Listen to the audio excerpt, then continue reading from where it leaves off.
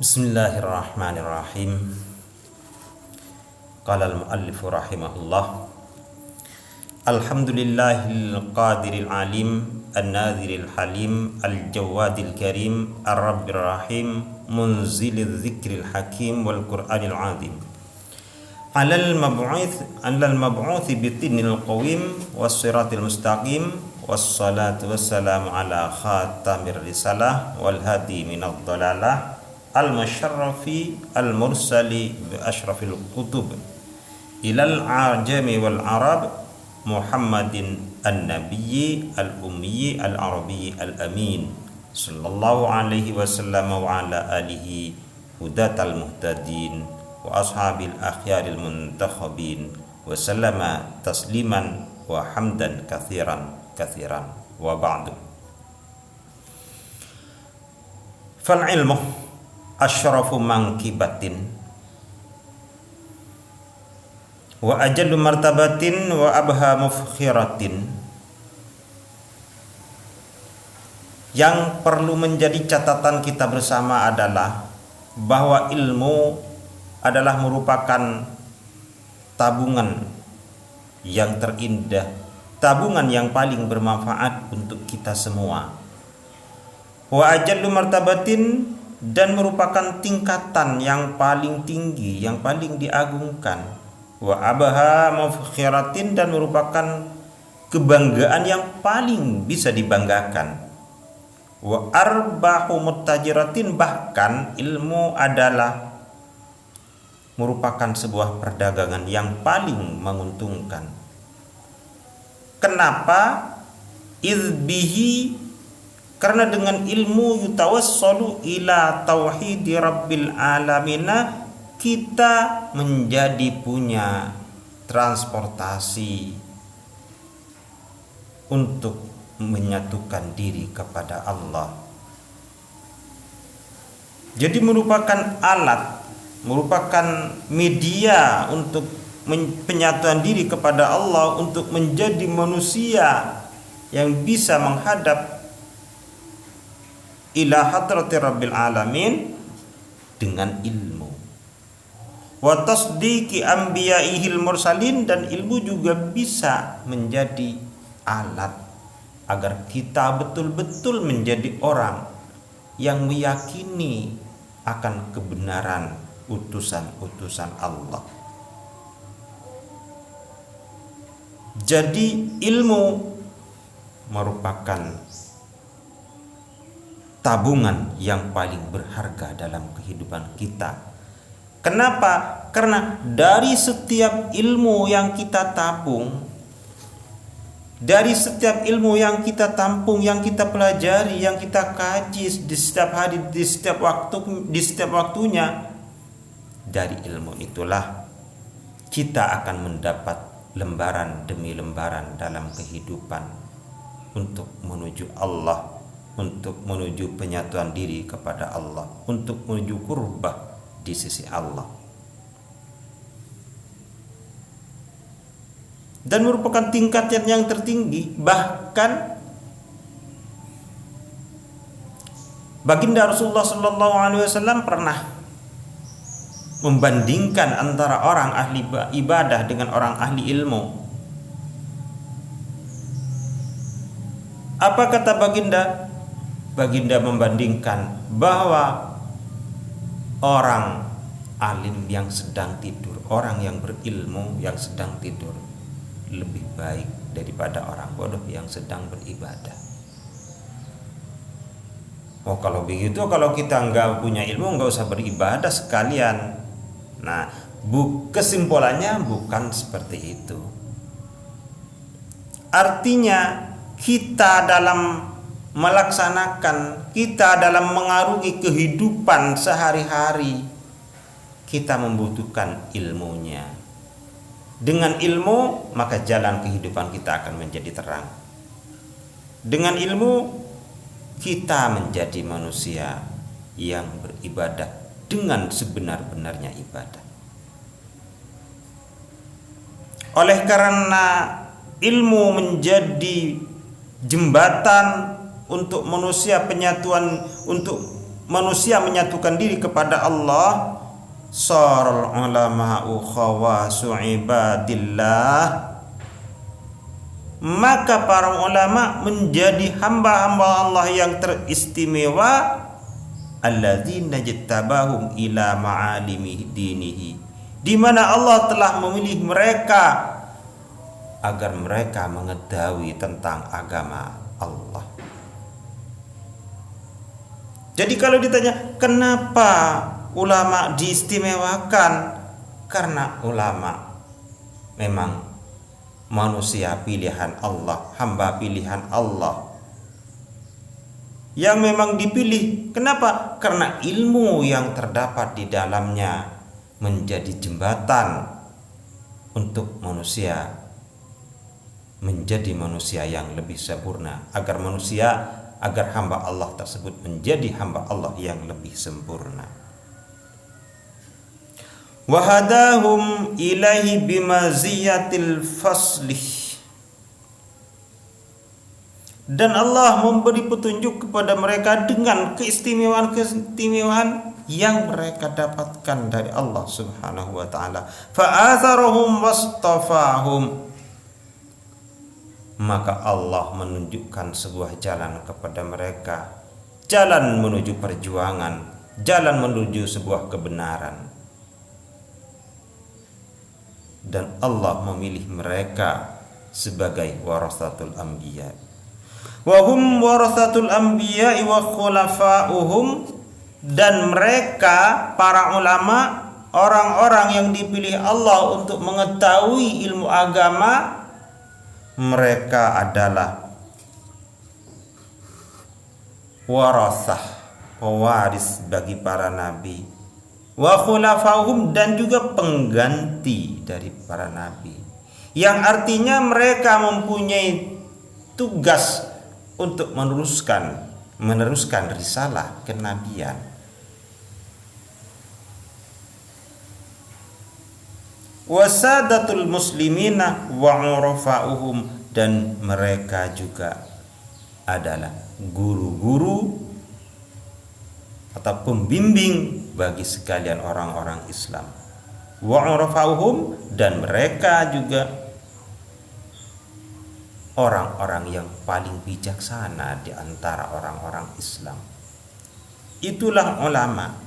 Sebagaimana Allah berfirman dalam Al-Quran, a'udzu billahi minasyaitonir rajim, tsumma awrasnal kitabal ladzina astafaina min ibadina faminhum zalimun li nafsihi wa minhum muqtasid wa minhum sabiqum bil khairat.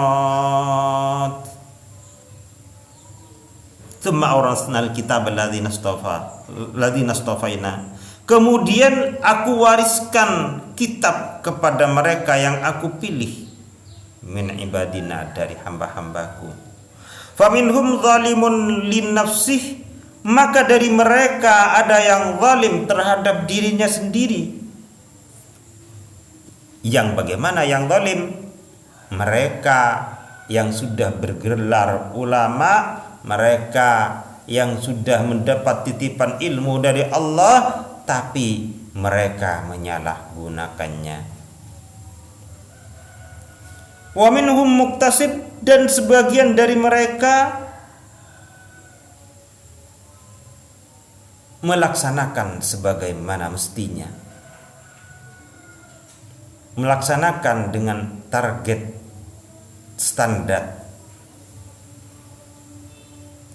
sebagai orang yang berilmu, standar keulamaan, standar sebagai warasah.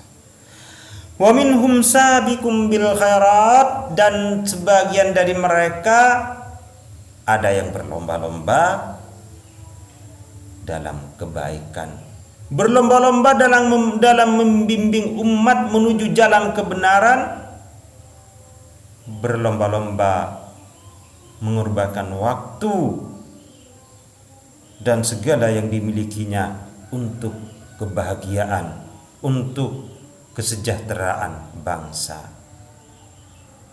Yang dimaksud kesejahteraan di sini adalah tentunya dengan ilmu, dengan kapasitas yang mereka miliki.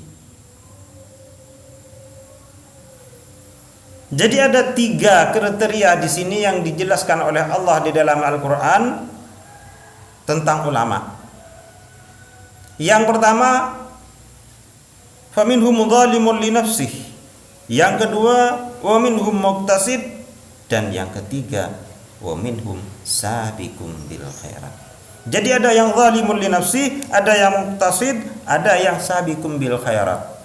Memang tidak dipungkiri bahwa dari banyak kejadian yang terjadi di dalam kehidupan kita ini, kita sering menjumpai 3 hal, 3 macam dari para ulama tersebut. Namun kita sebagai manusia biasa, sebagai hamba Allah yang butuh kesinambungan antara satu dengan yang lain, kita ambil hikmahnya saja. Wa kama qala Nabi sallallahu alaihi wasallam, dan sebagaimana Nabi sallallahu alaihi wasallam bersabda, al ulama warathatul anbiya. Para ulama itu adalah pewaris para nabi. Dengan apa? Bil ilmi, dengan mereka diberikan titipan ilmu. Yuhibbuhum ahlus samai wa tastaghfiru lahumul hitan. Mereka dicintai oleh penduduk langit dan mereka dimintakan ampunan kepada Allah oleh semua makhluk yang berada di dalam lautan.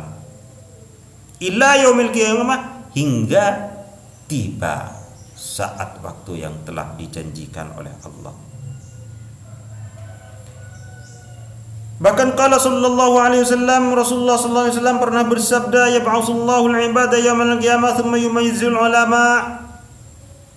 Kelak setelah hari kiamat Allah membangkitkan hamba-hambanya, thumma yumayyizul ulama, kemudian dipisahkanlah para ulama.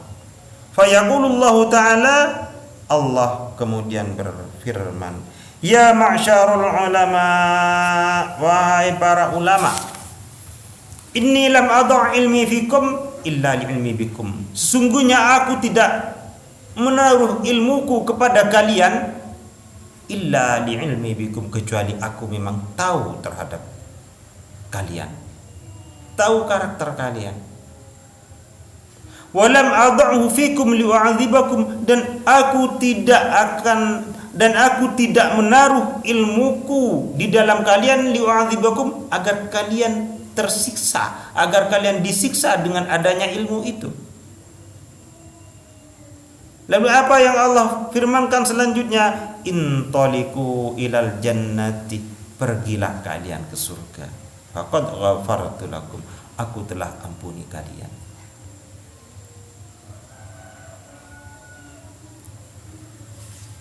Lalu bagaimana dengan ayat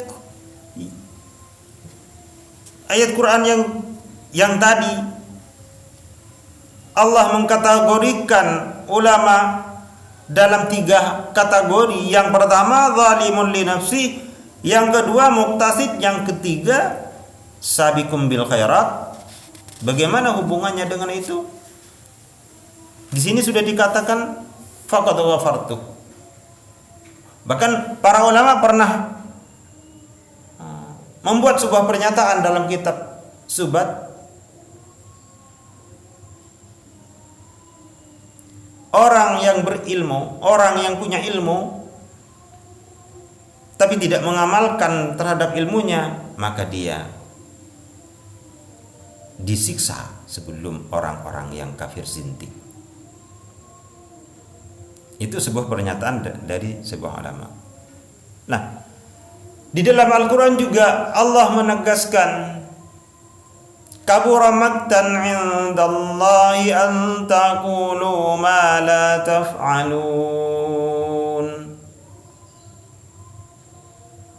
Sungguh sangatlah menjadi seorang pendusta, an taqulu ma la taf'alun, mereka yang bisa berbicara tapi tidak bisa mengerjakannya. yang tentunya bicara juga dilandasi dengan ilmu. Dari sini bisa disimpulkan bahwa orang yang berbicara tersebut adalah mereka juga dititipi ilmu Allah. Lalu bagaimana dengan hadis intaliqu ila jannati faqad ghafartu lakum? Apakah mereka juga sudah diampuni orang-orang yang hanya bicara tapi tidak pernah melaksanakan apa yang dia omongkan? Lalu bagaimana dengan pernyataan ulama bahwa orang yang mempunyai ilmu tapi tidak melaksanakan kepada ilmunya, mereka akan disiksa sebelum kafir sintik? Bagaimana dengan kontroversi hal ini?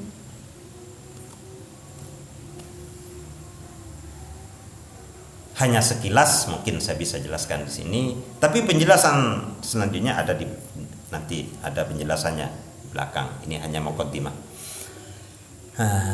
Sebenarnya di sini yang dimaksud al-ulama warathatul anbiya itu adalah ulama yang memang betul-betul ulama, yang memang dia melanjutkan risalah kenabian.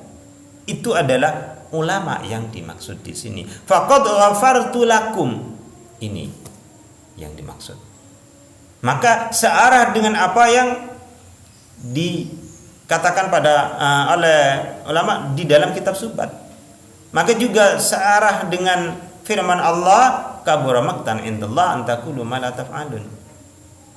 Maka dari itu Allah membagi kategori ulama dalam 3 hal, yaitu zalimun li nafsi, muqtasid, dan sabiqum bil khairat. Walhamdulillahi rabbil alamin ala kulli halin. Segala puji bagi Allah atas segala hal. Alladzi ja'alal jannata ad-darajata hadzan lil abidin wal qurbata lil arifin. Di mana Allah telah menjadikan surga sebuah tingkatan, sebuah derajat pembalasan, derajat bagian pembalasan bagi orang-orang yang ahli ibadah. Dan Allah juga menjadikan kurbah, tempat yang terdekat di sisi Allah bagi orang-orang yang ma'rifah. Nah, ini juga menjadi sebuah tanda tanya yang akan kita gali nantinya. Surga menjadi sebuah tingkatan, menjadi sebuah area pembalasan bagi orang-orang yang ahli ibadah. Tapi orang-orang ma'rifah, dia tidak dibalas dengan surga, tapi dibalas dengan sebuah kedudukan yang terdekat di sisi Allah, yaitu qurbah. Amma ba'du, falamma khalaqallahu ruha Muhammadin sallallahu alaihi wa alihi wasallam awalan min nuri jamalihi fa khalaqa minhul arwaha kullaha. Setelah Allah menciptakan ruh Muhammad sallallahu alaihi wasallam awalan min nuri jamalihi, pertama kali Allah menciptakan ruh Muhammad dari nuri jamalillah, sebagaimana Allah berfirman dalam hadis qudsinya, khalaqtu Muhammadan awwalan min nuri wajhi. Aku ciptakan Muhammad pertama kali, aku ciptakan Muhammad dari nur keindahanku, min nuri wajhi. Wa kama qala Nabi sallallahu alaihi wasallam, dan juga sebagaimana baginda Nabi Muhammad sallallahu alaihi wasallam bersabda, awwalu ma khalaqallahu ruhi wa awwalu ma khalaqallahu nuri. Yang pertama kali Allah ciptakan adalah ruhku. Wa awwalu ma khalaqallahu nuri, dan yang pertama kali Allah ciptakan adalah nurku. Wa awwalu ma khalaqallahu al-qalama, dan yang pertama kali Allah ciptakan adalah qalam. Wa awwalu ma khalaqallahu al-aqla, dan yang pertama kali Allah ciptakan adalah akal. Wal muradu minhum syai'un wahidun, dan yang dimaksud dari keempat tersebut adalah satu. Apa yang dimaksud? Wa huwa al-haqiqatul muhammadiyah. Itulah yang dinamakan hakikatul Muhammadiyah. Jadi yang dimaksud dari yang empat, dari ruhi, nuri, kalam, dan akal adalah hakikatul Muhammadiyah. Lalu Lakin summiya nuran, kenapa dinamakan nur? Likaunihi sofian anidh dhulumaniyah, karena hakikatul Muhammadiyah sangatlah bersih dari kegelapan. Kama qala Allah Ta'ala, sebagaimana Allah Ta'ala berfirman, qad ja'akum minallahi nurun wa kitab, sungguh telah datang kepada kalian dari Allah nur dan kitab. Wa aqlan likaunihi mudrikan lil kulliyat, dan hakikatul Muhammadiyah dinamakan akal karena hakikatul Muhammadiyah tempat kita tasawur terhadap segala hal dalam kehidupan. Tempat kita menemukan segala sesuatu, tempat kita menalar sesuatu yang terjadi dalam kehidupan ini dengan logika. Maka itu hakikatul Muhammadiyah dinamakan aklan. Wa kalaman, dan juga dinamakan kalam. Kenapa? Karena sababan linaklil ilmi, karena menjadi tempat perpindahan ilmu, menjadi sebab dari perpindahan sebuah ilmu. Hakikatul Muhammadiyah sebagaimana kalam, kama anal kalama sababun naklil ilmi, sebagaimana kalam juga menjadi sebab dari perpindahan ilmu fi alamil hurufati, di dalam alam huruf. Jadi farruhul Muhammadiyah khulasatul aqwan wa awwalul kainat wa asluha. Maka ruh Muhammad adalah ringkasan, adalah inti dari semua yang ada. Jadi ruh Muhammad adalah inti dari semua yang ada. Inti dari semua yang ada. Wa awwalul kainat, dan pertama kali dari yang ada.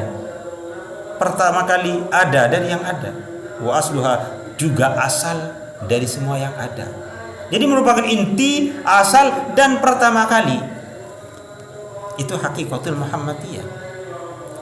Lalu di mana hakikatul Muhammadiyah? Apakah hanya hakikatul Muhammadiyah itu adalah ruh Muhammad. Yang dimaksud khalaqallahu ruha Muhammadin. Lalu dari ruh Muhammad diciptakanlah semua ruh manusia di muka bumi ini. Semua ruh manusia diciptakan dari ruh Muhammad. Lalu di sana ada perjanjian. Alastu bi rabbikum, ketika semua ruh diciptakan dari ruh Muhammad, Allah bertanya kepada ruh, alastu bi rabbikum? Mereka semua menjawab, qalu bala syahidna, iya, aku bersaksi.